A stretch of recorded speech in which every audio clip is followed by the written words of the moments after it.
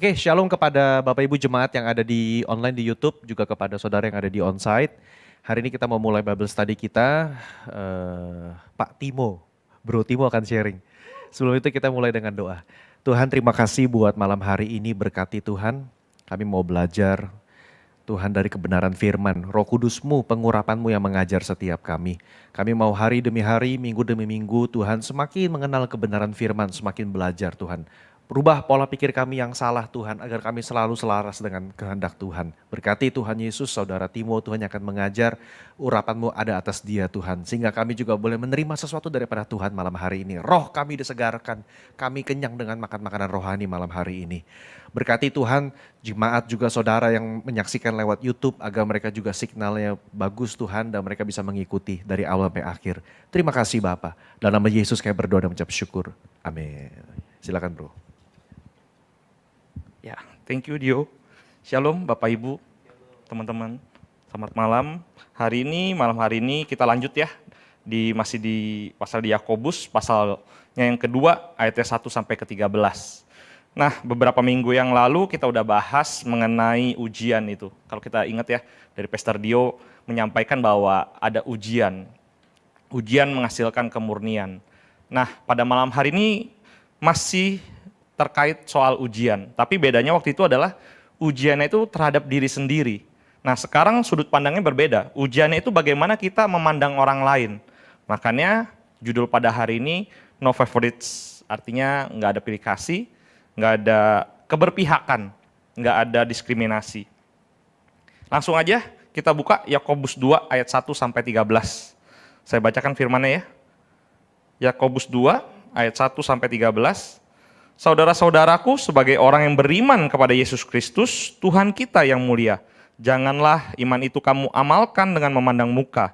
Sebab jika ada seseorang masuk ke dalam kumpulanmu dengan memakai cincin emas dan pakaian indah, dan datang juga seorang miskin ke situ dengan memakai pakaian buruk, dan kamu menghormati orang yang berpakaian indah itu dan berkata kepadanya, silakan Tuhan duduk di tempat yang baik ini. Sedang kepada orang yang miskin itu kamu berkata, berdirilah di sana, atau duduklah di lantai ini dekat tumpuan kakiku. Bukankah kamu telah membuat pembedaan di dalam hatimu dan bertindak sebagai hakim dengan pikiran yang jahat? Ayat kelima, dengarkanlah hai saudara-saudara yang kukasihi, bukankah Allah memilih orang-orang yang dianggap miskin oleh dunia ini untuk menjadi kaya dalam iman dan menjadi ahli waris kerajaan yang telah dijanjikannya kepada barang siapa yang mengasihi dia. Tetapi kamu telah menghinakan orang-orang miskin. Bukankah justru orang-orang kaya yang menindas kamu dan yang menyeret kamu ke pengadilan? Ayat ketujuh, bukankah mereka yang menghujat nama yang mulia, yang olehnya kamu menjadi milik Allah? Akan tetapi, jikalau kamu menjalankan hukum utama yang tertulis dalam kitab suci, kasihilah sesamamu manusia seperti dirimu sendiri, kamu berbuat baik. Ayat ke-9, tetapi jikalau kamu memandang muka, kamu berbuat dosa. Dan oleh hukum itu menjadi nyata bahwa kamu melakukan pelanggaran. Sebab barang siapa menuruti seluruh hukum itu, tetapi mengabaikan satu bagian daripadanya, ia bersalah terhadap seluruhnya. Sebab ia yang mengatakan jangan berzina, ia mengatakan juga jangan membunuh. Jadi jika kamu tidak berzina, tetapi membunuh, maka kamu menjadi pelanggar hukum juga. Berkatalah dan berlakulah seperti orang-orang yang akan dihakimi oleh hukum yang memerdekakan orang. Sebab penghakiman yang tak berbelas kasihan akan berlaku atas orang yang tidak berbelas kasihan, tetapi belas kasihan akan menang atas penghakiman. Nah, kalau kita perhatiin, unik gaya bahasa dari Yakobus ya. Kalau dari kemarin tuh dia selalu pakai perbandingan, lambat, cepat. Jadi ada sesuatu yang harus dilambatkan, ada yang dicepatkan, ada yang dibuang, ada yang diterima. Hari ini juga sama, nanti Yakobus akan pakai gaya bahasa yang sama tuh, dia selalu banding-bandingin. Nah, yang lebih menarik lagi di sini di atas membandingin tentang kaya miskin, tapi di bawah itu udah masuk kata-kata hukum. Jadi ada hukum tentang hukum. Apa sih keterkaitannya? Ntar kita belajar. Ini menarik, makanya jangan putus, minggu depan juga masih nyambung dengan tema hari ini. Kita mulai dari ayat 1. Di sini katakan saudara-saudaraku sebagai orang yang beriman kepada Yesus Kristus, Tuhan kita yang mulia, janganlah iman itu kamu amalkan dengan memandang muka. Nah, jadi Bapak Ibu, teman-teman, di sini Paulus sedang berbicara kepada saudara seiman, bukan orang yang nggak percaya. Karena di situ katakan sebagai orang yang beriman kepada Yesus Kristus. Artinya apa? Di sini jelas latar belakang Yakobus menulis kitab ini adalah tujuannya kepada orang percaya yang punya penafsiran salah tentang iman kepada Yesus. Nah, Yakobus lagi menekankan ini bukan satu bukan satu larangan, bukan satu perintah. Kita bayangin kalau Yakobus ada di tempat ini, dia berkata, saudara-saudaraku, sebagai orang beriman kepada Yesus Kristus, Tuhan kita yang mulia, janganlah iman itu kamu amalkan dengan memandang muka. Kata janganlah di sini bukan Yakobus lagi nggak ngomong kayak satu larangan atau himbauan, tetapi di sini seperti satu teguran kepada orang-orang saat itu yang punya iman, tetapi nggak menjalankan imannya dengan benar. Jadi tujuan Yakobus itu lagi mengkoreksi mereka, bukan terhadap perintah atau larangan. Itu yang pertama yang harus kita pahami. Jadi dari kata-kata ayat pertama ini kita bisa mengetahui bahwa tujuan Yakobus adalah mau mengkoreksi iman yang benar. Sekaligus nanti kalau kita lihat, Yakobus menanamkan nilai-nilai iman itu secara praktis. Jadi penerapannya seperti apa sih? Nah, nanti di bawah kita akan melihat bagaimana seharusnya iman itu terimplementasi dalam kehidupan. Kita lanjut ya ke ayat 2-4. Ayat 2 bilang kayak gini, sebab jika seorang masuk ke dalam kumpulanmu dengan memakai cincin emas dan pakaian indah, dan datang juga seorang miskin ke situ dengan memakai pakaian buruk. Nah, kemarin kita dengar bahwa cepat lambat, buang terima. Hari ini kita dengar lagi ada seseorang yang masuk ke dalam kumpulan, yaitu orang miskin dan orang yang kaya. Ayat ketiga, dan kamu menghormati orang yang berpakaian indah itu, dan berkata kepadanya, silakan Tuan duduk di tempat yang baik ini. Sedang kepada orang yang miskin itu kamu berkata, berdirilah di sana, atau duduklah di lantai ini dekat tumpuan kakiku. Ayat keempat, bukankah kamu telah membuat pembedaan di dalam hatimu, dan bertindak sebagai hakim dengan pikiran yang jahat. Kita fokus dulu di ayat kedua. Di situ dikatakan jika ada seorang masuk ke dalam kumpulanmu. Nah, kita harus memahami dulu apa itu kumpulan yang dimaksud oleh Yakobus. Kenapa? Karena dari makna kumpulan ini kita akan memahami apa yang dimaksud Yakobus di ayat keempat. Bahwa kita melakukan pembedaan dan kita bertindak sebagai hakim yang jahat. Kumpulan di sini Yakobus memakai kata sinagoge. Sinagoge.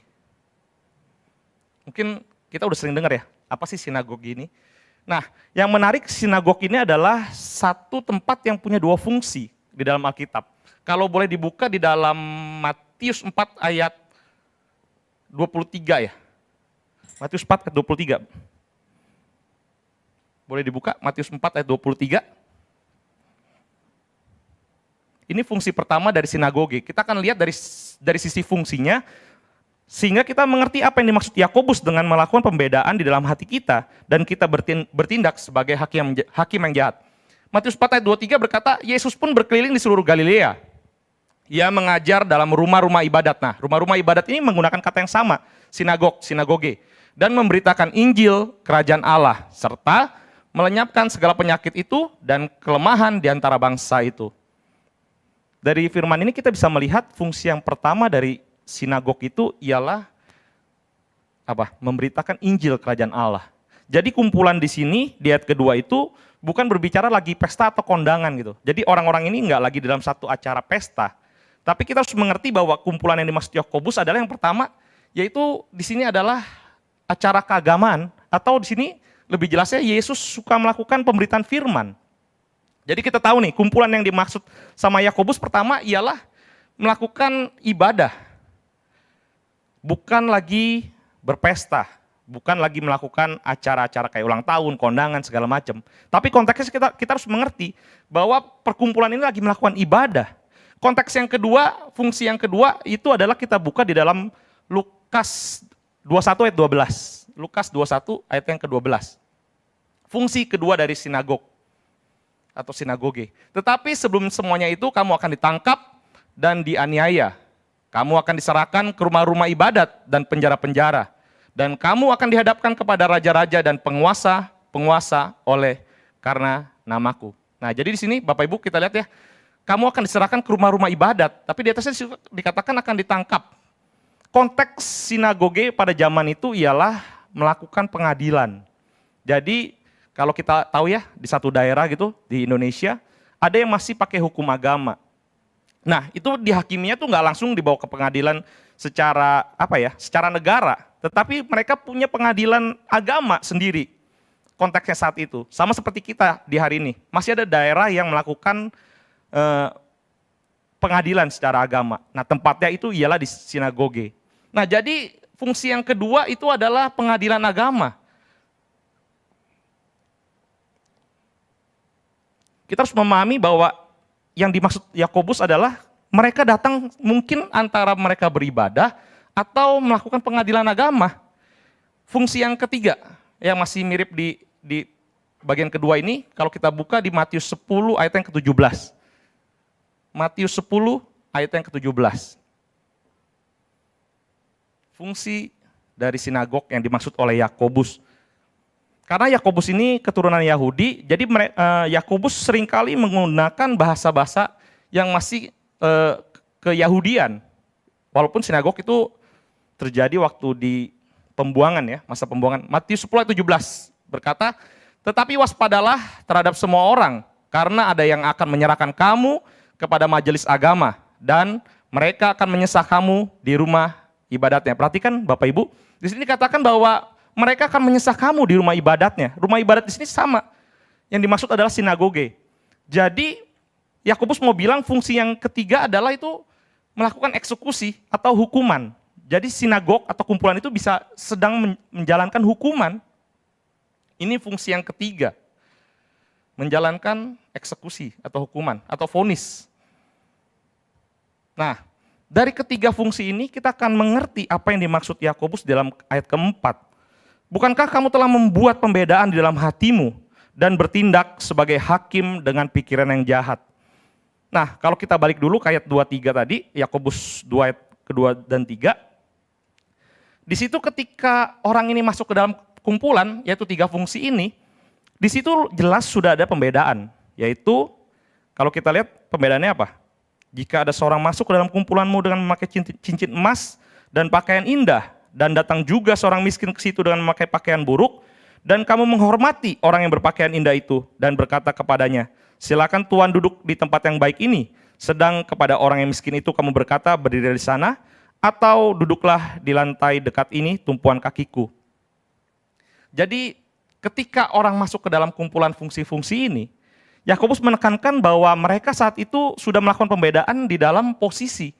Nah, posisi ini bagi zaman itu apa ya? Kayak sudah melakukan pembedaan. Kalau kita ingat di hari penghakiman bahwa akan dipisahkan kambing dan domba. Nah, itu menentukan posisi tuh. Kambing sebelah kiri, domba sebelah kanan. Nah, pembedaan inilah yang dipakai juga ketika orang datang, para orang-orang telah melakukan pembedaan itu secara posisi. Nah, makanya kalau kita lihat konteks yang pertama, konteks ibadah, pembedaan itu berbicara di dalam Yakobus 1 ayat 8. Ini berkaitan di dalam Yakobus 1 ayat 8 yang mengatakan bahwa orang yang mendua hati maka dia tidak mendapat apa-apa. Kenapa disebut mendua hati? Karena dia lagi melakukan apa? Ibadah. Tetapi nilai-nilai yang dipakai adalah secara jasmani. Yaitu karena di sini kan dijelaskan ya, memakai cincin, memakai pakaian indah. Mungkin kalau hari ini pakai tas Hermes atau sepatu Chanel dan segala macam ya mungkin. Nah, Yakobus mau bilang gini di ayat keempat, kamu sedang melakukan ritual ibadah, tapi memakai nilai-nilai dunia. Sama tuh yang ditulis di Yakobus 1 ayat 27 apa ya? 27 apa 37 mengenai ibadah yang murni. Nah, Yakobus di ayat keempat ini dia bilang bahwa pembedaan itu ialah keraguan-raguan. Ada dua nilai di dalam satu kejadian. Kita melakukan ibadah tetapi menggunakan nilai-nilai dunia. Nah, inilah yang Yakobus tegur di konteks zaman itu. Kalau kita masuk buat khotbah bisa kita tarik nih. Di dalam pernikahan kita menggunakan nilai-nilai rohani. Kita datang buat diberkati di dalam pernikahan, tetapi dalam kehidupan pernikahan kita seringkali pakai nilai-nilai dunia. Kita mau tunduk sama suami kita ketika uang jajan cukup. Kita mau mengasihi istri kita ketika masih sehat, masih cantik. Nah, artinya ada dua nilai. Sama pemberkatan, kalau kita punya usaha gitu ya, sering pemberkatan kantor. Nilai-nilainya rohani di awal. Tetapi ketika berjalan itu nilai-nilai yang dipakai nilai-nilai duniawi. Nah, ini yang Yakobus sampaikan di ayat keempat. Ada dua nilai yang berbeda. Makanya disebut pembedaan. Ini kalau kita masuk ke konteks ibadah. Nah, kalau kumpulan itu masuk ke dua konteks ini, pengadilan dan menjalankan hukuman, maka dari awal artinya Yakobus mau bilang begini. Artinya kamu sudah menentukan mana yang salah, mana yang jahat. Karena di situ udah ada posisinya. Orang miskin tempat posisi yang ini ya, yang buruk gitu. Tapi orang kaya posisi yang baik. Artinya ketika kumpulan itu berbicara tentang pengadilan, Yakobus lagi bilang gini, pasti pengadilannya itu korup. Pasti pengadilannya berjalannya nggak jujur. Kenapa? Karena belum mulai aja, baru masuk kan di situ kan baru masuk. Artinya ya baru pertama kali, baru lihat, tapi udah ada vonis gitu buat mereka. Yang miskin pasti bersalah karena posisinya jelek. Nah, dua inilah yang disebut dengan pembedaan dan menjadi hakim yang jahat di ayat keempat. Karena posisi zaman itu menentukan orang itu bersalah apa enggak. Itu dari beberapa komentari yang aku baca. Nah, lanjut di dalam ayat 5 dan ke-6.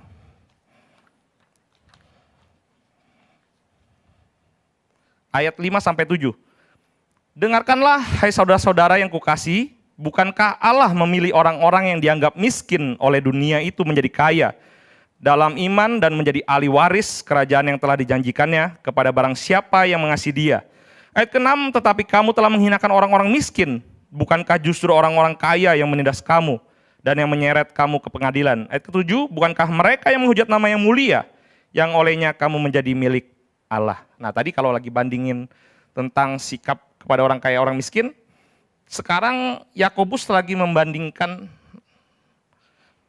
di ayat ke berapa tadi? 5-6, ada dua yang diperbandingkan Yakobus, yaitu sikap Tuhan kepada orang miskin dan sikap manusia kepada orang miskin. Di situ jelas sikap Tuhan dan sikap manusia. Jadi Yakobus masih terus melakukan kalimat-kalimat untuk membandingkan sesuatu. Di sini ada dua sikap yang dibandingkan oleh Yakobus. Ayat kelima dikatakan, bukankah Allah memilih orang-orang yang dianggap miskin oleh dunia untuk menjadi kaya. Jadi sikap Tuhan kalau kita lihat orang miskin di ayat kelima seperti apa? Bukankah Allah memilih orang yang dianggap miskin?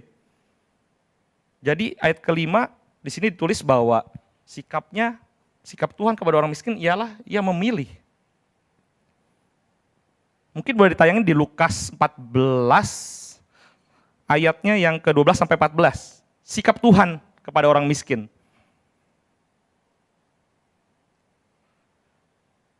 Lukas 14 ayat 12 sampai 14. Dan Yesus berkata juga kepada orang yang mengundang Dia, apabila engkau mengadakan perjamuan siang atau perjamuan malam, janganlah engkau mengundang sahabat-sahabatmu atau saudara-saudaramu atau kaum keluargamu atau tetangga-tetanggamu yang kaya, karena mereka akan membalasnya dengan mengundang engkau pula, dan dengan demikian engkau mendapat balasannya. Ayat ke-13, tetapi apabila engkau mengadakan perjamuan, undanglah orang-orang miskin, orang-orang cacat, orang-orang lumpuh, dan orang-orang buta. Ayat ke-14, dan engkau akan berbahagia, karena mereka tidak mempunyai apa-apa untuk membalasnya kepadamu, sebab engkau akan mendapat balasannya pada hari kebangkitan orang-orang benar.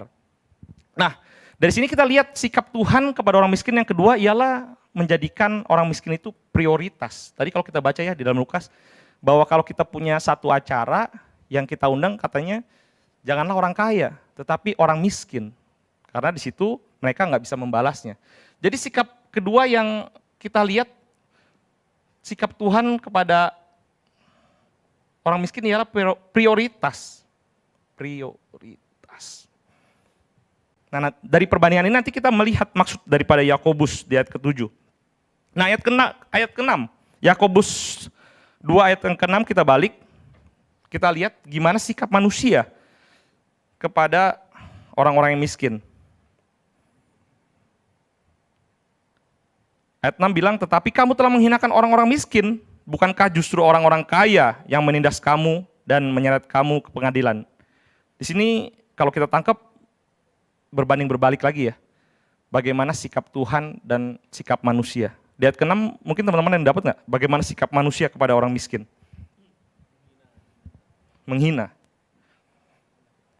Menghina. Merendahkan. Nah, dari perbandingan ini, Yakobus mau bilang begini, bahwa di ayat 1 tadi kita ingat ya, bahwa kepada siapa tadi ditujukan ayat ini? Kepada orang-orang beriman kepada Yesus. Nah artinya dia mau menegur, kalau kamu beriman harusnya punya standarnya ini. Ini yang menjadi patokan kalian. Janganlah kalian memandang muka, artinya seperti ini. Nah kita tahu bahwa di dalam kehidupan orang percaya, bahwa segala sesuatu itu harus menjadi pusatnya adalah Kristus. Filipi 5 ayat 7. Filipi 5 ayat 7 mungkin bisa dibuka. Filipi 5 ayat yang ke-7. Oh, sorry, bentar. Filipi 2 ayat 5, sorry. Aku bacain ya. Nov, mungkin bisa bantu baca Nov. Filipi 2 ayat 5. Tes. Filipi 2 ayat yang ke-5, hendaklah kamu dalam hidupmu bersama menaruh pikiran dan perasaan yang terdapat juga dalam Kristus Yesus. Nah, jadi Yakobus sama seperti Paulus mengatakan bahwa di ayat 1 tadi, Yakobus bilang bahwa, hai saudara-saudaraku, orang yang beriman kepada Yesus, jangan engkau memandang muka. Artinya gini, hai saudara-saudaraku, kalau kamu percaya sama Kristus, harusnya standar pikiran kita, sikap kita, perasaan kita, pikiran kita, harus punya standar yang sama seperti Kristus. Nah di ayat ke-7, makanya dia bilang, bukankah mereka yang menghujat nama yang mulia, yang olehnya kamu menjadi milik Allah. Artinya gini Bapak Ibu, ada dua hal yang katanya, jangan diajarkan kepada orang miskin. Hal yang pertama itu adalah mengenai kekhawatiran dan ketakutan.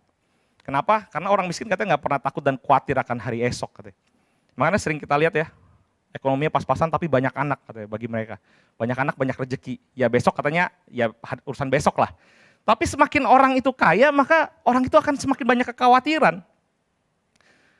Bahkan kalau kita kenal Sujo Tejo ya, budayawan Indonesia bilang, cara termudah untuk menghina Tuhan itu adalah cuman kita takut besok makan apa katanya. Itu udah menghina Tuhan artinya. Dia bilang bukan dengan cara membakar Al-Quran atau membakar Injil. Cukup kita takut besok makan apa, itu artinya kita lagi menghina Tuhan. Nah, itu hal yang pertama. Yang kedua katanya jangan ajarkan orang miskin itu mengenai perasaan. Karena orang miskin itu nggak punya perasaan katanya. Dia nggak mungkin mudah tersinggung. Yang mudah tersinggung itu katanya orang kaya. Kenapa? Karena kalau orang miskin gampang tersinggung, dia nggak mungkin rela antri sembako sampai panas-panasan, karena itu bikin malu kan. Nah orang-orang miskin itu nggak punya perasaan seperti itu, gengsi, tersinggung. Artinya apa? Yakobus mau bilang kayak gini, ketika kita menghina orang miskin, yang dihina itu bukan orang miskinnya, tetapi yang kita hina itu adalah sang penciptanya.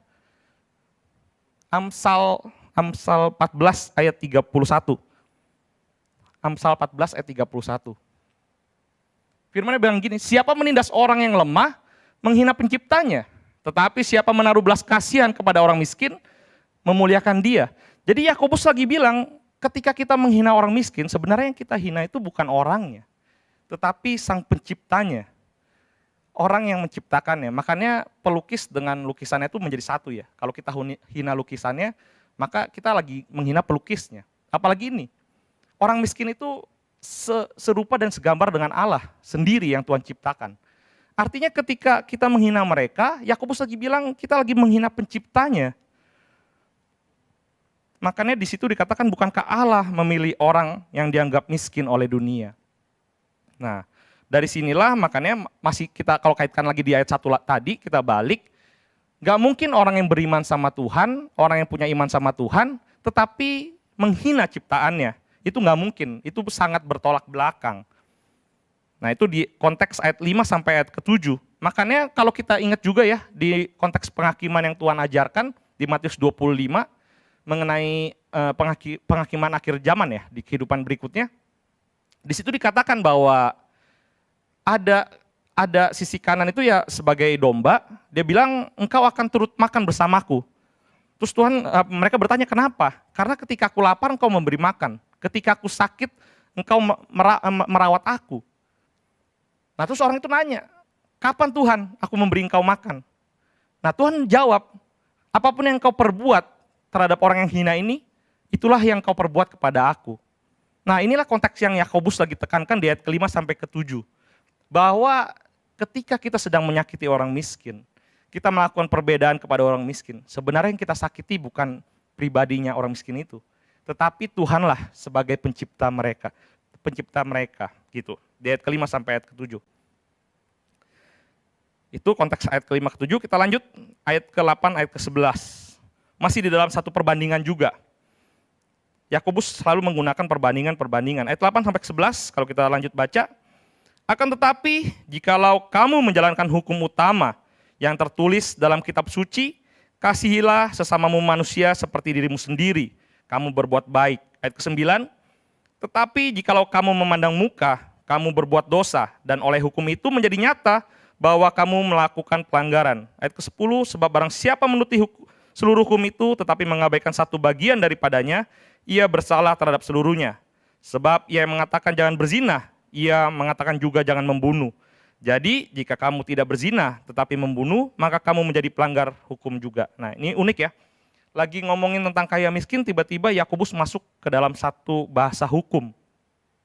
Nah yang dibandingkan tadi, di sini sikap Tuhan, sikap manusia. Ayat ke-8 sampai ke-11, Yakobus lagi membandingkan baik dan dosa. Orang yang baik dan orang yang berdosa. Ada yang memahami nggak tolak ukurnya dari apa di dalam ayat 8-11 ini? Di dalam Yakobus memahami orang yang baik dan orang yang berdosa. Kalau tadi Yakobus sebelumnya membandingkan sikap Tuhan, sikap manusia. Di ayat ke-8-11 ini juga Yakobus lagi membandingkan antara orang baik dan orang yang berdosa. Ada yang nangkep nggak? Tolak ukur dari Yakobus di dalam orang yang baik dan orang yang berdosa. Ayat 8-11 ini. Iya, gimana kok hukum Tauratnya? Baik dan buruk diukurnya ini dari hukum Taurat. Di dalam ya, kurang lebih gini. Maksudnya gini, Paulus lagi membandingkan antara orang baik dan orang berdosa di ayat 8-11 ini diukur dari bagaimana mereka melakukan atau tidak melakukan hukum. Melakukan dan tidak melakukan. Nah, jadi orang yang baik menurut Yakobus adalah orang yang melakukan hukum. Orang yang berdosa adalah orang yang tidak melakukan hukum. Nah, tetapi hukum yang dipakai oleh Yakobus ialah hukum yang dikutip oleh Tuhan Yesus dari Imamat ya kalau nggak salah sumbernya. Yaitu kasihlah sesamamu manusia seperti dirimu sendiri. Di ayat 8 dikatakan kasihlah sesama manusia seperti dirimu sendiri. Nah, jadi Yakobus di ayat 8-11 ini lagi menekankan satu perbedaan orang yang baik dan berdosa dari sisi menjalankan hukum. Tetapi hukum yang dipakai yaitu hukum Taurat dan hukum yang Tuhan Yesus ajarkan. Karena Yakobus hidup juga di zaman Yesus hidup. Nah, masalahnya di sini katakan bahwa ayat 9 ya. Tetapi jikalau kamu memandang muka, kamu berbuat dosa dan oleh hukum itu menjadi nyata bahwa kamu melakukan pelanggaran. Ini masih di dalam hukum yang Yesus itu, kasihlah sesama manusia. Tetapi di ayat 10 dia udah mulai berpindah nih. Ayat 11 dia juga udah mulai berpindah. Sebab yang mengatakan jangan berzina, ia mengatakan juga jangan membunuh. Jadi ada dua hukum yang di-compare sama Yakobus, yaitu hukum kasih, hukum kerajaan Allah, hukum kasih yang Yesus ajarkan dan hukum Taurat. Tetapi Yakobus lagi nggak memisahkan, tetapi malah menyatukan, ada persamaan di dalamnya. Nah, persamaannya apa sih? Di sini Yakobus lagi mengantisipasi orang yang berpikir begini loh. Saya kan orang kaya itu kan juga manusia. Artinya ketika saya mengasihi orang kaya, ya saya sudah menjalankan hukum kasih dong. Yakobus lagi mengantisipasi orang yang berkata seperti itu. Ketika ada orang datang, dia bilang, kan ini kan yang kaya-kaya ini kan juga manusia. Artinya saya lagi mengasihi sesama manusia dong. Nah, Yakobus lagi bilang gini, hukum Taurat itu ada jangan membunuh, jangan berzina dan segala macamnya. Kalau cuman lakuin satu, dia tanya, kamu berdosa nggak? Berdosa. Kalau ketika kamu nggak berzina tapi berbunuh, kamu membunuh artinya dosa. Nah sama ketika hukum kasih itu, kamu mengasihi orang kaya tetapi tidak mengasihi orang miskin. Sama seperti kamu melakukan hukum Taurat cuma pilih satu. Artinya kamu sama melakukan dosa. Sama seperti kita naik motor, kita bilang saya pakai helm, tapi nggak ada spion. Nah, artinya tetap dosa. Nggak bisa kita bangga dengan satu hal doang, saya pakai helm tapi saya nggak pakai spion. Nggak bisa seperti itu. Nah Yakobus menekankan juga sama di firman ini. Ketika kamu mengasihi orang kaya, artinya kamu cuma baru melakukan satu hal, belum keseluruhannya. Artinya kamu masih melakukan dosa, melakukan pelanggaran. Ketika hukum Taurat dijalankan, itu harus sempurna. Artinya hukum kasih juga harus dijalankan dengan sempurna, nggak boleh pilih-pilih. Kalau nggak salah Pastor Dia pernah upload ya, Pastor Dio. Ketaatan yang dipilih-pilih itu adalah ketidaktaatan. Artinya kalau kita milih-milih mana yang mau kita taati, ya artinya itu udah nggak taat. Sama seperti hukum kasih. Kita nggak bisa milih-milih orang mana yang mau kita kasihi. Harus segenap hati, harus sepenuhnya, semua orang harus kita kasih tanpa memandang-mandang. Demikian juga hukum Taurat. Kita nggak bisa pilih, kita mau jalanin ini, kita mau jalanin ini. Semuanya harus dilakukan dengan sempurna. Nah pertanyaannya, apakah kita bisa sempurna di dalam hukum itu? Kalau kita lihat hukum Taurat, kita nggak akan bisa sempurna. Tetapi kalau di hukum kasih, itu yang diajarkan Tuhan. Di ayatnya di Matius 5 ayat ke-48. Matius 5 ayat 48. Firman-Nya bilang, karena itu haruslah kamu sempurna, sama seperti Bapamu yang di surga adalah sempurna. Nah konteks ayat ini kalau kita lihat atasnya itu lagi berbicara tentang kasih. Bagaimana kita bisa mengampuni, kita mengasihi orang yang jahat kepada kita. Yang Tuhan tuntut bukan kita sempurna di dalam menjalankan hukum Taurat. Tetapi yang Tuhan minta adalah kita sempurna di dalam mengasihi sesama kita. Nah ini yang disampaikan oleh Yakobus juga. Ketika orang bangga di dalam perkumpulan tadi ya, kita lihat di perkumpulan ibadah. Mereka lagi melakukan hukum Taurat. Tetapi mereka memilih orang, artinya di dalam hukum kasih mereka belum sempurna.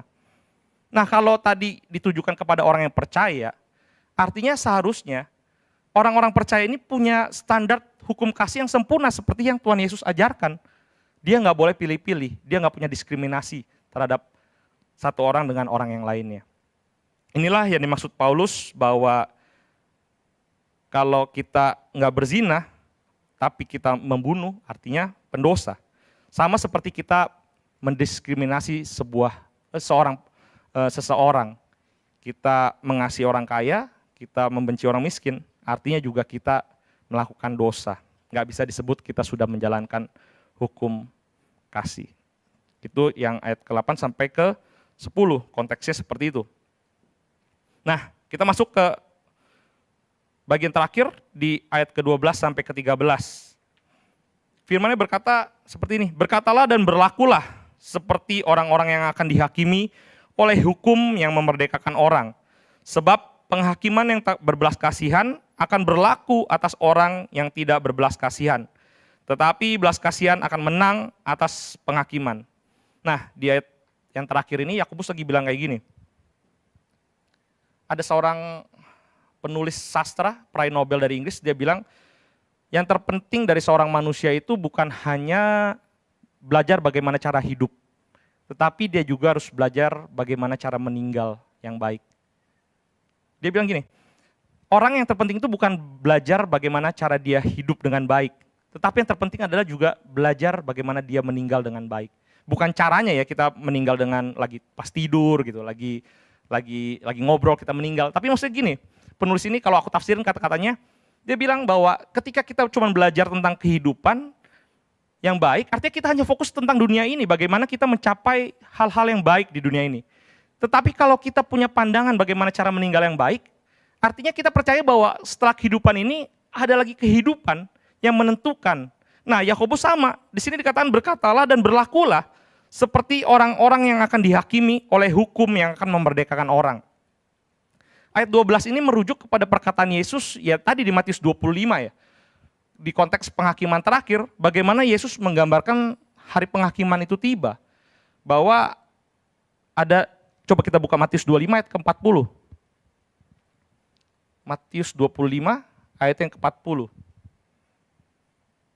Dan raja itu akan menjawab mereka, aku berkata kepadamu, sesungguhnya segala sesuatu yang kamu lakukan untuk salah seorang dari saudaraku yang paling hina ini, kamu telah melakukannya untuk aku. Nah ini, kata-kata ini Yesus sampaikan ketika dia memberikan gambaran mengenai hari penghakiman. Nah, Yakobus ingetin di ayat 12 ini, berkatalah dan berlakulah seperti orang-orang yang akan dihakimi oleh hukum yang memerdekakan orang. Artinya, ketika mereka menjalani kehidupan, ingat suatu saat nanti apa yang mereka perlakukan kepada orang miskin itu akan dituntut kepada mereka. Hal yang sama, ukuran yang sama, kalau Tuhan bilang yang dipadatkan, yang digoncangkan, itulah ukuran yang kamu pakai. Kan Yesus bilang kayak gitu ya. Nah Yakobus juga bilang, nanti satu hari apa yang kamu perlakukan kepada mereka, itu yang akan Tuhan perlakukan kepadamu. Jadi Yakobus lagi menegur untuk mengingat bahwa kelak satu nanti ada hari penghakiman. Jadi kita nggak bisa memperlakukan seseorang seenaknya karena kita berpikir bahwa itu nggak ada dampaknya di dalam kehidupan kita. Ayat ke-13 juga bilang, sebab penghakiman yang tak berbelas kasihan akan berlaku atas orang yang tidak berbelas kasihan. Tetapi belas kasihan akan menang atas penghakiman. Tetapi belas kasihan akan menang atas penghakiman. Apa yang dimaksud belas kasihan akan menang atas penghakiman? Artinya bolehkah kita melanggar hukum? Kalau aku baca, maksud dari belas kasihan akan menang atas penghakiman itu adalah hukum yang diciptakan segala sesuatu yaitu punya tujuan. Ini kalau di mata kuliah etika terapan ya, Pastor Dio yang ngajar nih. Bahwa segala hukum itu punya tujuannya. Bahwa hukum Taurat jangan membunuh, jangan berzina, jangan ini, jangan itu. Itu tujuannya adalah agar kita bisa mengasihi Allah dan mengasihi manusia. Nggak mungkin orang yang punya belas kasihan kepada sesamanya, orang yang suka berbagi itu mencuri, kan nggak mungkin ya. Nah jadi makanya gini, konsep bahwa kita nggak melakukan hukum Taurat tetapi kita menjalani hukum kasih itu adalah kita berjalan di hukum kasih bukan kepada hukumannya. Kalau hukum itu berbicara jangan mencuri, tetapi hukum kasih kita mau memberi. Nah itu kan kalau kita menjalankan salah satunya nggak mungkin yang satu ini kita lakukan. Kalau kita suka memberi nggak mungkin kita suka mencuri. Jadi hukum Taurat kita nggak usah jalanin aja hukum kasih. Ketika kita menjalankan hukum kasih, artinya udah otomatis kita menjalani hukum Taurat. Ketika kita suka memberi, kita nggak mencuri, artinya kita lagi jalanin kok jangan mencuri itu. Ketika kita suka memberi kehidupan, artinya kita sekaligus lagi melakukan jangan membunuh itu. Ketika kita suka menghormati orang tua, artinya kita lagi melakukan hukum Taurat. Nah itu yang disampaikan oleh Paulus mengenai belas kasihan akan menang atas penghakiman. Jadi sebagai orang Kristen yang dimaksud Yakobus, berjalanlah di hukum kasih. Karena hukum kasih itu tanpa sadar kita lagi melakukan segala hukum Taurat di dalamnya. Nah ini yang menjadi patokan, makanya kenapa kaya miskin perlakuannya nyambungnya ke hukum Taurat. Karena Yakobus lagi mengajarkan ada hukum yang namanya hukum kasih. Karena ketika mereka tadi datang ke ibadah, kalau hanya sekedar hukum agama yang dilakukan, ritual keagamaan, mereka belum tentu melakukan hukum kasih. Tetapi ketika mereka datang ke tempat ibadah untuk melakukan hukum kasih, otomatis di saat yang bersamaan mereka lagi melakukan yang namanya hukum Taurat. Seperti itu Bapak Ibu, kurang lebih. Jadi pertanyaannya, apakah Tuhan membenci orang kaya? Kalau di sini saya kasih kutipan bahwa Tuhan nggak membenci kekayaan, tetapi manusia yang terlalu membenci kemiskinan. Kenapa? Karena Tuhan yang sama, Tuhan yang memberkati Raja Saul yang begitu kaya. Tuhan yang sama, Tuhan yang memulihkan keadaan Ayub, yang ketika hari itu habis-habisan, kita tahu di penghujung akhir hidup Ayub, Tuhan mengembalikannya demikian rupa.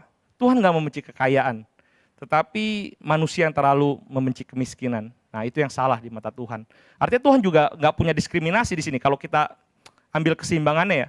Artinya Tuhan itu membenci lebih condong kepada orang miskin, tetapi manusia yang condong untuk membela orang kaya. Makanya Yakobus menekankan firman ini di dalam Yakobus 1 sampai ke 13.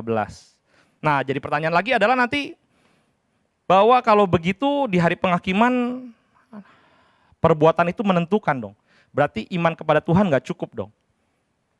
Nah, pertanyaan ini akan dijawab di sesi berikutnya. Ya, mungkin nggak dijawab hari ini ya. Nanti di pertanyaan di berikutnya, di sesi berikutnya itu makanya Yakobus bilang bahwa iman tanpa perbuatan pada hakikatnya adalah mati. Bahkan di situ ada pertanyaan ya, apakah iman saja cukup? Di Yakobus 2 ayat ke... Bentar ya, aku cari.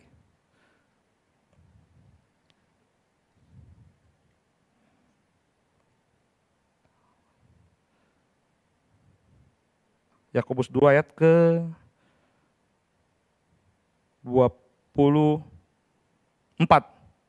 Jadi kamu lihat bahwa manusia dibenarkan karena perbuatan-perbuatannya dan bukan hanya karena iman.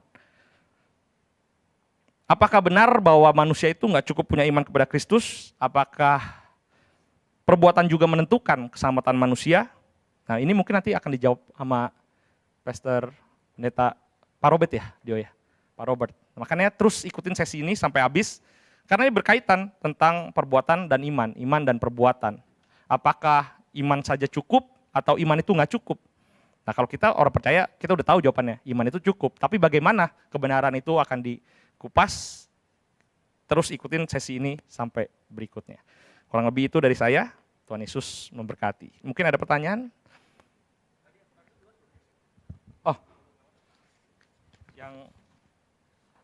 Matius 12 ayat 7 ya?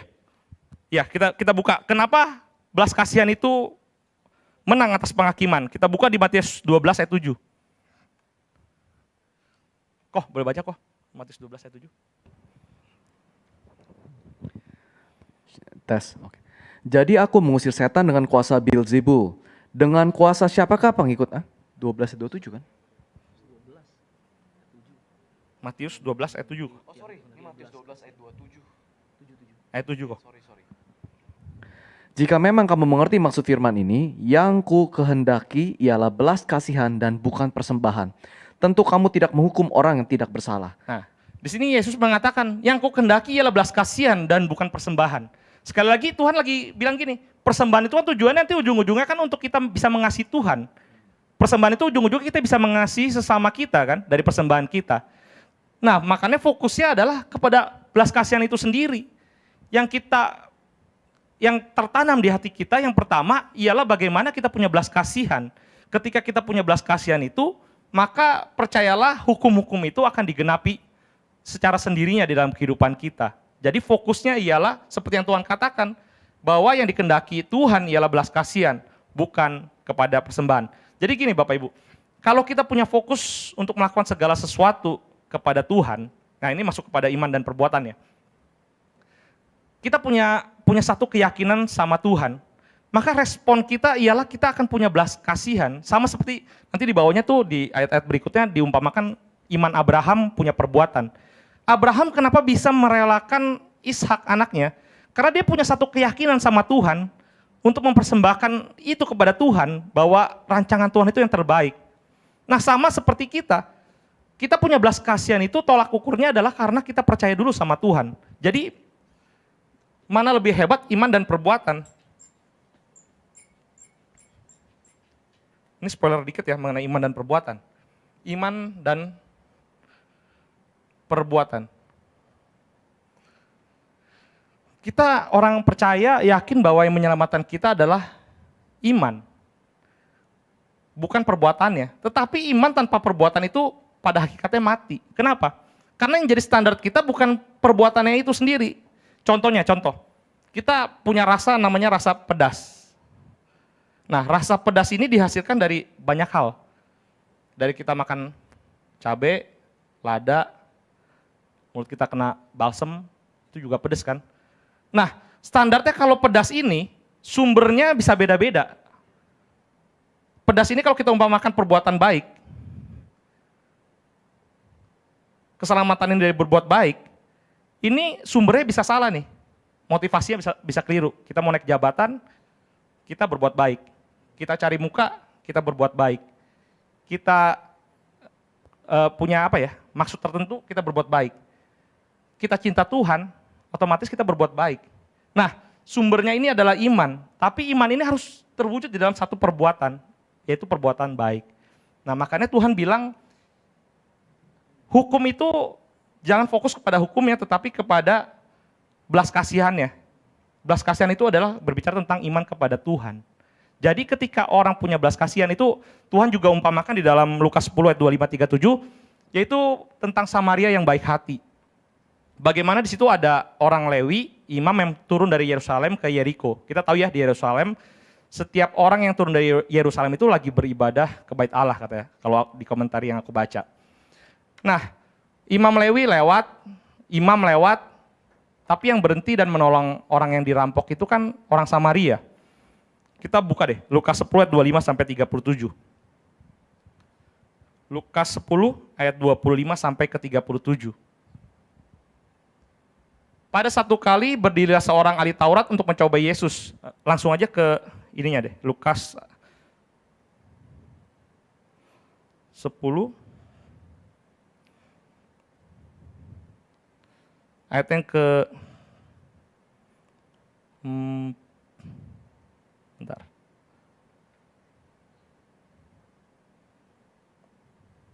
Ayat ke-33. Lukas 10 ayat ke-33. Lalu datang seorang Samaria yang sedang dalam perjalanan ke tempat itu, dan ketika ia melihat orang itu, tergeraklah hatinya oleh belas kasihan. Nah, jadi yang menggerakkan hatinya, yang menggerakkan perbuatan baiknya, itu adalah muncul sumber di hati yang namanya belas kasihan. Nah, itu bisa ada kalau kita mencintai Tuhan di dalam kehidupan ini. Maka ada sesuatu yang menggerakkan. Sama seperti iman Abraham nanti kalau kita baca di Yakobus ayat berikutnya. Abraham bisa bergerak dari perbuatan itu karena muncul iman di dalam hatinya yang menggerakkan hatinya, yaitu percaya kepada Tuhan.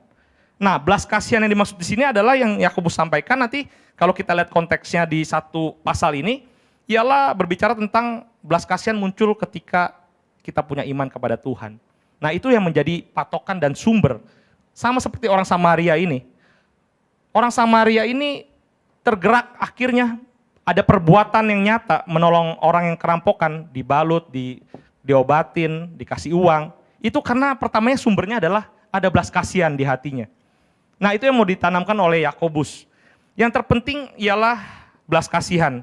Makanya di ayat 13 ditutup dengan tetapi belas kasihan akan menang atas penghakiman. Itu sih kurang lebih. Mungkin ada yang mau tambahkan atau ada yang mau ditanya? Sejauh ini.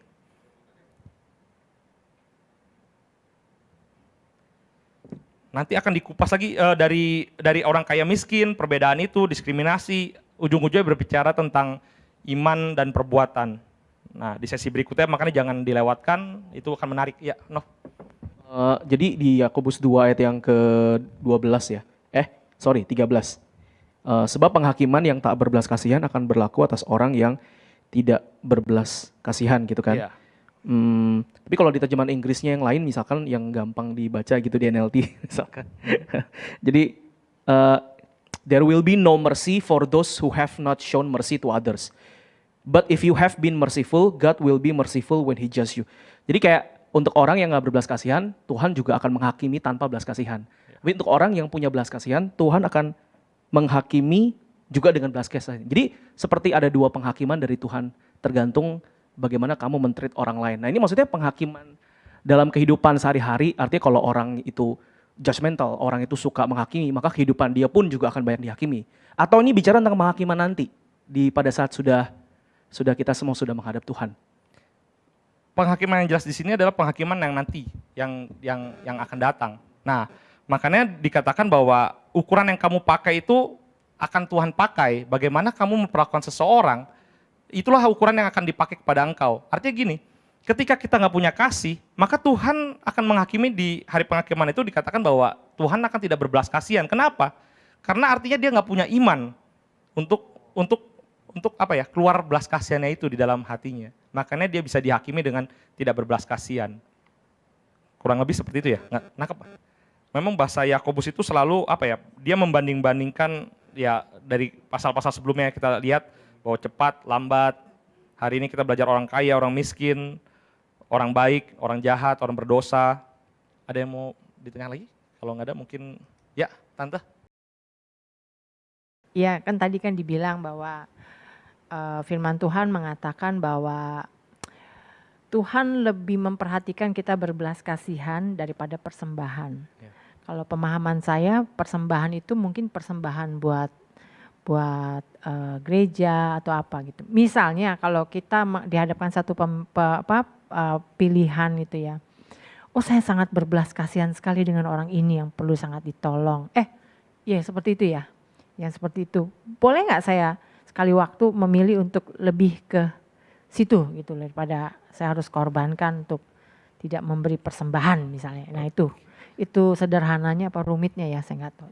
Mungkin kira-kira seperti itu, Pak. Oke.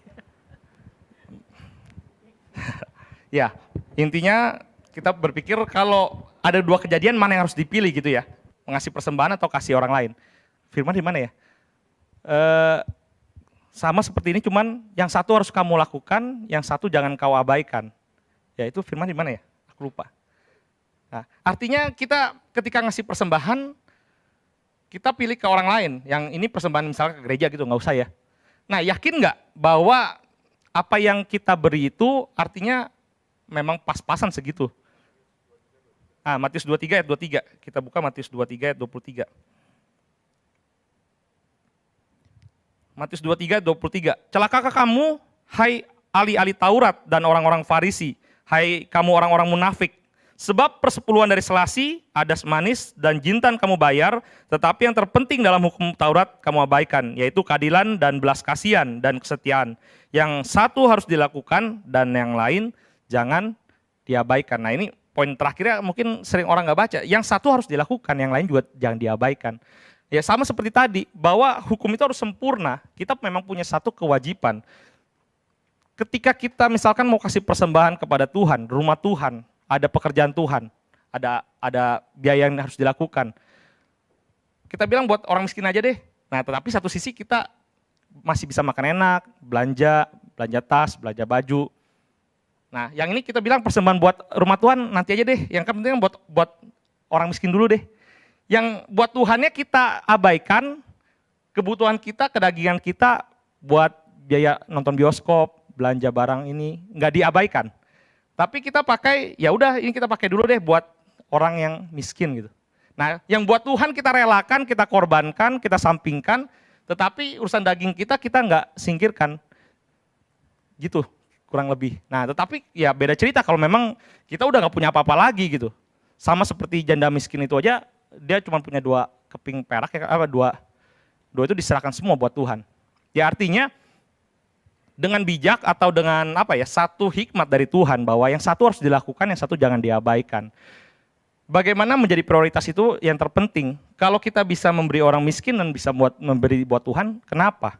Tetapi ketika kita memang sudah nggak punya pilihan lain, baru nanti beda cerita. Itu dari aku sih Tante. Mungkin jelas Tante? Atau kurang?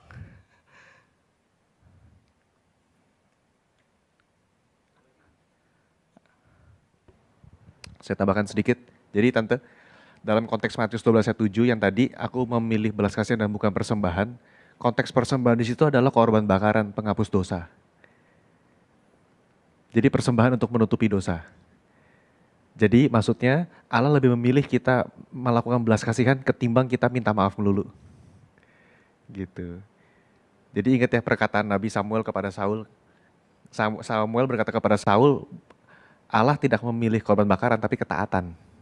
Jadi bukan soal persembahannya, tapi hati kamu gak pernah taat sama aku. Aku lebih memilih belas kasihan, taat sama hukum ketimbang kamu minta maaf terus kasih korban bakaran terus persembahan. Tapi kamu gak pernah mau taat. Tapi tiap minggu kasih persembahan. Nah Tuhan bilang aku gak mau. Saya maunya belas kasihan dalam artian melakukan hukum Taurat itu. Gitu.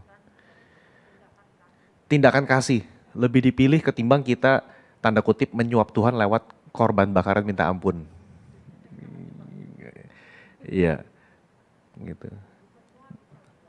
Mungkin dalam konteks hari ini ketimbang kamu hanya mengikuti ritual agama tiap minggu, Tuhan lebih prefer kamu berbuat kasih. Gitu. Oke, ada pertanyaan lain? Nanti terakhir aku mau tambahkan sedikit ya Tim. Oke. Ya, kalau tadi tambahan dari Dio, artinya kan kita kan kayak contoh ke gereja mengasihi Allah kan. untuk mengasihi Allah, memberikan persembahan korban bakaran untuk mengasihi Allah. Padahal Allah bilang tadi di penghakiman bahwa ketika kita mengasihi sesama kita, penciptanya, artinya kita juga sedang mengasihi Allah. Ya itu yang dimaksud, ya Tuhan lebih pilih belas kasihan itu di dalam perbuatan nyata, seperti itu. Mungkin ada lagi tambahan pertanyaan dari Bapak Ibu atau teman-teman?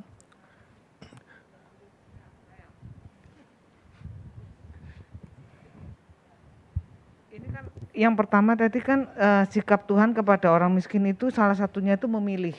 Ya. Memilih. Artinya memilih dalam hal apa? Karena kan katanya kita nggak boleh milih nih, sama nih, rata nih, yang miskin, yang kaya gitu kan. Tapi di sini Tuhan ngomong memilih nih, artinya memilih dalam hal apa? Ya. Di dalam Takarannya gitu. Yakobus tadi, Yakobus 2 ayat yang ke-4. Ayat ke-5. Dengarkanlah hai saudara-saudara yang kukasihi, bukankah Allah memilih orang-orang yang dianggap miskin oleh dunia ini untuk menjadi kaya dalam iman. Ini konteksnya kita ingat ya bahwa di dalam saat itu iman kekristenan itu akan ditindas, akan dianiaya, bahkan hidup di dalam kemiskinan. Nah, ketika memilih orang miskin artinya begini, Tante, di khotbahnya di dalam khotbah bukit ya, berbahagialah orang miskin karena dialah yang mempunyai kerajaan Allah. Jadi konteks pengharapan orang miskin itu dikatakan akan lebih besar, katanya aku baca di beberapa komentari, akan kerajaan Allah yang akan datang. Semakin orang itu miskin, maka orang itu akan berharap hari penghakiman itu datang, karena penderitaannya diangkat, tangisannya dicabut gitu, dibanding ketimbang orang kaya. Mungkin hari ini juga seperti itu ya, kalau kita hidup dalam kemakmuran gitu, kayak dunia ini indah gitu, jangan cepet-cepet lah Tuhan datang gitu. Tapi semakin kita menderita, kita makin mengharapkan Tuhan itu datang. Nah, konteks Tuhan memilih itu adalah sebagai jawaban doa-doa mereka bagi orang-orang miskin saat itu yang mengharapkan kedatangan hari Tuhan itu. Nah, Tuhan memilih mereka, kayak gitu konteksnya. Kalau misalnya kita tuh ya ngelihat orang itu, dia miskin karena akibat dia perbuatan dia yang nggak bijak misalnya mengelola keuangan. Apa yang kita lakukan di dalam konteks kita itu sama seperti Tuhan tuh, nggak boleh milih-milih tuh, nolong itu nggak boleh milih-milih. Nah ini orang misalnya miskin karena konsekuensinya, gitu. Iya.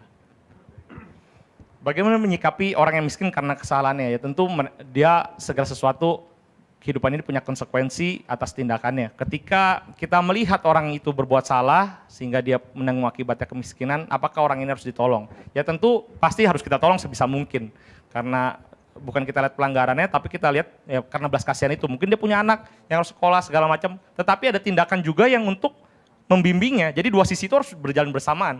Jadi teguran ada, tapi belas kasihannya juga ada. Nggak mungkin kita cuma kasih nasihat, anaknya udah sengsara, udah mau mati, nggak bisa ada makan, kita nggak mau kasih makan.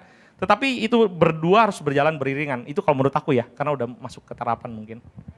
Itu sih. Saya dengar satu pendeta berbicara mengenai kemiskinan dan itu berbekas di otak saya. Kalau nggak salah sih Ibu Ona Tahapari. Dia bilang siapa orang miskin? Orang miskin adalah orang yang tidak bisa menolong dirinya sendiri. Itu yang perlu kita tolong. Orang yang tidak bisa menolong dirinya sendiri. Yang sudah termarginalisasi oleh sistem ekonomi dunia, termarginalisasi oleh identitas dia sebagai kaum minoritas, mungkin dia nggak bisa menolong dirinya karena juga mungkin dia adalah yang bukan tunawisma juga, tapi yang setengah waras, darsa, yang setengah waras, dia nggak tahu, dia udah nggak bisa nolong dirinya sendiri. Itu yang paling perlu kita tolong. Gitu. Jadi, dan jangan lupa firman Tuhan juga berkata orang yang nggak mau kerja jangan dikasih makan. Ada ayatnya ya, orang yang nggak mau kerja jangan dikasih makan. Gitu. Satu saat saya punya seorang teman masuk ke penjara, saya kunjungin dia di penjara, terus dia minta uang sama saya. Apakah saya kasih? Enggak, karena sipirnya udah kasih tahu. Di dalam sini uangnya dipakai buat beli obat. Jadi jangan dikasih Pak. Sekalipun seberapapun dia memohon dengan tangisan. Betul dia nangis. Kita sebagai manusia mungkin, udahlah apa sih artinya buat dia doang, toh dia di dalam situ. Tapi ternyata di situ uangnya dipakai, diputar lagi. Nah itu apakah, kita perlu hikmat kayaknya ya, untuk bisa memilih mana yang perlu kita kasih. Gitu. Itu butuh Roh Kudus itu. Tapi orang yang tidak bisa menolong dirinya sendiri, itu patut kita tolong. Gitu, patut kita tolong. Pertolongan terbaik adalah ya memberikan dia ilmu untuk memancing ya, bukan hanya kasih ikan tapi kasih pancingan agar dia bisa mancing sendiri. Gitu. Ya, itu mungkin dari aku kali ya. Mungkin Dio bisa tambahin. Oke, berikan tepuk tangan buat Thank you. Timo. Saudara saya mau tambahkan, saya bingung tadi, saudara apakah ada yang mungkin bertanya, apa hubungan antara hukum kasih dengan hukum Taurat? Seolah-olah kita masih hidup dalam hukum Taurat, bukan? Based on pengajaran hari ini. Nah, saya dari tadi lagi nunggu siapa yang nanya ya. Karena ini mesti jelas, karena kalau saudara nggak jelas, saudara akan bingung. Saudara ya. Tadi saudara Timo sudah jelaskan hubungan antara hukum kasih dengan hukum Taurat. Jadi saya mau kasih sedikit PowerPoint saudara dari materi kampus kuliah saya. Nah, Ko Erwin bisa langsung, ini materi S1 ya saudara yang saya bahas. Saudara, Ko Erwin bisa langsung turun ke bagian hukum Taurat nggak? Ada diagram hukum Taurat. Ya, turun, iya betul ya ini. Jadi saudara, ini adalah diagram 10 hukum Taurat. Tadi dikatakan di dalam ayat yang ke-10, barang siapa menuruti seluruh hukum tetapi mengabaikan satu bagian, ia bersalah terhadap seluruhnya. Saya mau nanya dulu, ini masih berlaku nggak buat kita hari ini? Atau saudara memiliki pemahaman sudah selesai di atas kayu salib, termasuk hukum Tauratnya sudah selesai. Jadi kalau kita melanggar salah satu hukum ini kita nggak bersalah. Yang mana? Kita nggak bersalah seluruhnya atau kita sudah ditebus oleh kayu salib sehingga kita nggak bersalah? Karena ada kasih karunia.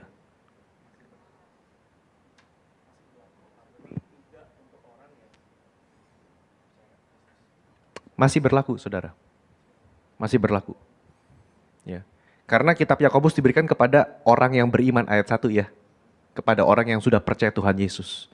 Nah ini yang kadang-kadang tuh orang dari golongan hyper grace nggak bisa paham. Kenapa? Karena mereka mencampur adukan semuanya sudah tetelestai, sudah selesai di atas kayu salib. Termasuk seluruh tuntutan hukum Taurat pun sudah selesai. Itu yang berbeda, saudara. Ya, kita memahami bahwa tuntutan daripada hukum moral, hukum Taurat ini masih berlanjut sampai nanti Tuhan datang. Masih berlanjut sampai nanti Tuhan datang. Makanya kita masih bisa mengaminkan perkataan Yakobus. Orang yang mengabaikan satu bagian, ia bersalah terhadap seluruhnya. Saudara ada ingat nggak dosanya Paulus yang mana? Kan Paulus bilang, terhadap hukum Taurat aku tak bercacat celak. Tapi ada satu yang bikin Paulus bertobat. Yang mana? Hukum yang terakhir, jangan mengingini. Dia secara eksterior, secara eksternal dia nggak bercacat celak. Dia mentaati sedetil-detilnya karena dia adalah orang Farisi yang paling Farisi. Dia bilang, aku ini tak bercacat celak. Itu perkataan Paulus sendiri. Tapi kenapa dia bisa bertobat?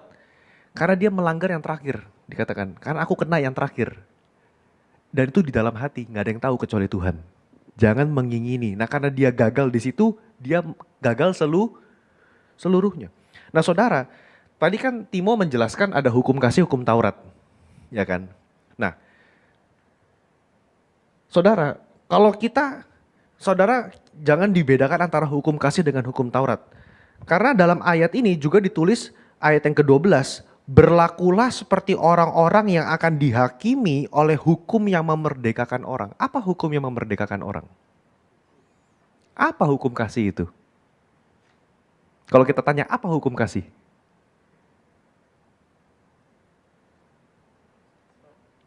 Hukum kasih adalah hukum Taurat. Jangan salah. Apa hukum kasih? Kalau kita tanya nih kan hukum yang memerdekakan adalah hukum kasih. Iya saya setuju. Apa hukum kasih konten itu? Isinya apa? Mengasihi Tuhan Allahmu dengan segenap akal budi, dengan segenap jiwa, dengan segenap hatimu dan Nah itu diwujud nyatakan lewat 10 hukum Taurat. Makanya dibagi Dekalog 10 hukum Taurat, 4 yang pertama itu adalah cara kita mengasihi Allah. Dan 6 setelahnya adalah cara kita mengasihi sesama.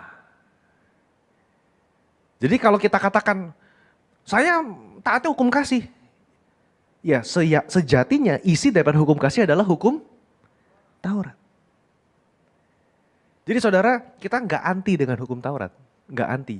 Makanya dikatakan, berlakulah seperti. Bukan kita kembali seperti Israel loh ya.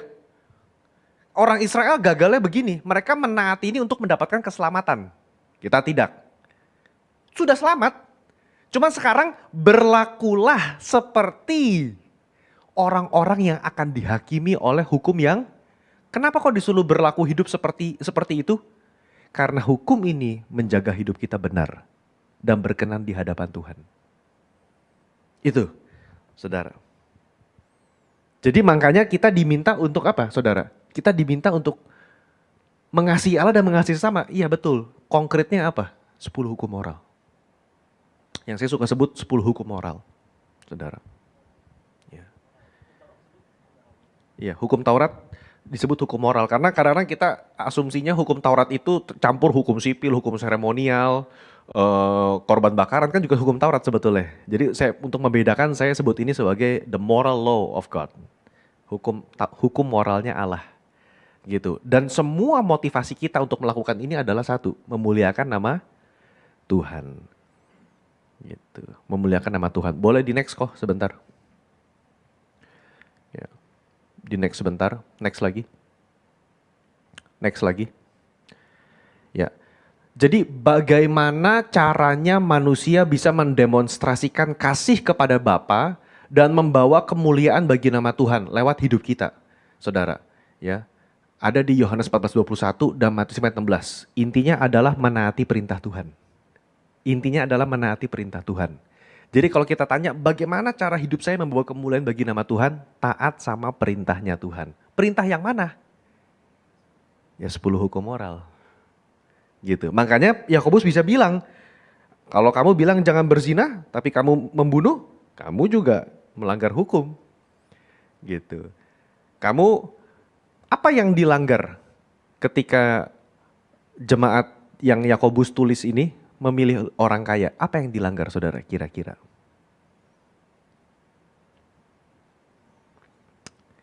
Ketika saudara pilih kasih, apa yang dilanggar?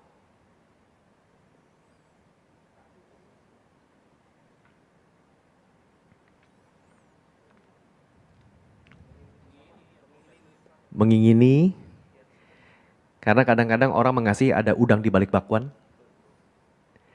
Pembunuhan, karena Yesus sudah menaikkan derajat membunuh dengan sampai kata membenci. Membenci adalah membedakan sampai dalam poin tertentu kita udah gak mau ngomong sama dia. Ya. Bisa juga, tapi memang dalam konteks ini adalah mengasihi sesama. Ya. Coba di next kok yang terakhir. Ya, ya oke, sorry. Ya, berarti sebelumnya ya, sorry sebelumnya. Ya, berarti ini. Ya, yang saya mau katakan adalah ini, saudara. Saya mau tambahin ini saja. Ya, jadi selama kita membaca kitab Yakobus, saudara, jangan pusing, saudara, dengan adanya hukum kasih, hukum Taurat, ya, semua sama. Jadi hukum yang memerdekakan itu apa? Ya hukum kasih atau hukum Kristus. Apa hukum Kristus? Apakah Tuhan bikin hukum yang baru? Tidak. Dia menaikkan derajat hukum Taurat dalam spesifik 10 hukum moral ini ke level yang paling tinggi. Ini yang perlu kita hidupi, saudara. Gitu. Jadi ya etikanya orang Kristen adalah 10 hukum moral ini dari perjanjian lama. Nah, Tuhan mengeksposisi hukum perjanjian lama dalam perjanjian baru. Jadi orang yang melakukan kasih, dia menggenapi 10 hukum Taurat tersebut. Karena kasih adalah penggenapan dari 10 hukum moral, saudara. Gitu. Jadi tadi betul, kita kalau cuman hanya pilih kasih, tapi kita mengabaikan yang miskin, ya sama aja kita melanggar juga sebetulnya. Begitu. Jadi kita tutup aplikasi untuk gereja kita hari ini bagaimana saudara? Saya percaya gereja harus lebih banyak memperhatikan orang-orang yang berkekurangan, saudara. Dan saya percaya kalau memang tahun depan, ya diramal, belum tentu pasti, tapi kan diramal, katanya tahun yang gelap, katanya tahun yang susah. Disitulah saya percaya gereja perlu menjadi sinar ya, jadi berkat bagi orang-orang yang berkekurangan. Ini adalah cara kita untuk mempraktekkan apa yang kita pelajari di pendalaman Alkitab, bukan hanya mendengar, tapi kita mempraktekkan. Jadi nanti saudara, dimanapun saudara punya kesempatan memberkati orang, berkati. Nanti kalau gereja ada program untuk misi ke daerah, kalau saudara mau ikut, puji Tuhan. Nggak bisa ikut, biarnya uang aja yang ikut, saudara ya. Kita bisa memberkati orang-orang di daerah yang berkekurangan, saudara. Ya, kita ada rencana, saudara, untuk ke daerah. Nanti dikabarkan lewat ibadah raya, saudara. Pasti nanti ada pengumuman, saudara ya. Timnya lagi dibentuk, ada beberapa daerah yang mau kita kunjungi, saudara ya. Terakhir tempat misi yang Pak Samuel pergi ke Kalimantan, itu juga minta untuk kita datang lagi, saudara, ya untuk ke sana. Kita butuh datang lagi, bawa dokter, bawa obat, bawa sembako, saudara. Itu adalah wujud nyata kita mempraktekkan apa yang kita pelajari malam hari ini. Oke, saya rasa cukup sampai di sini. Saudara belajar hari ini sesuatu? Yes, thank you Timo. Mari kita tutup dalam doa. Bapa dalam surga, terima kasih buat malam hari ini. Berkati Tuhan Yesus, saudara Timo yang telah mengajar setiap kami. Berkati berlimpah-limpah Tuhan, dan biarlah kami bukan hanya menjadi pendengar, tapi juga menjadi pelaku firman. Ajar kami Roh Kudus. Kapanpun Tuhan tuntun kami untuk kami boleh memberkati orang, biarlah kami boleh melakukannya Tuhan. Terima kasih, berkati Tuhan kepada saudara yang mendengar baik di online maupun di onsite, dimanapun kami berada. Tuhan berkati, agar kami boleh memberkati orang lain lagi. Terima kasih, dalam nama Yesus kami berdoa.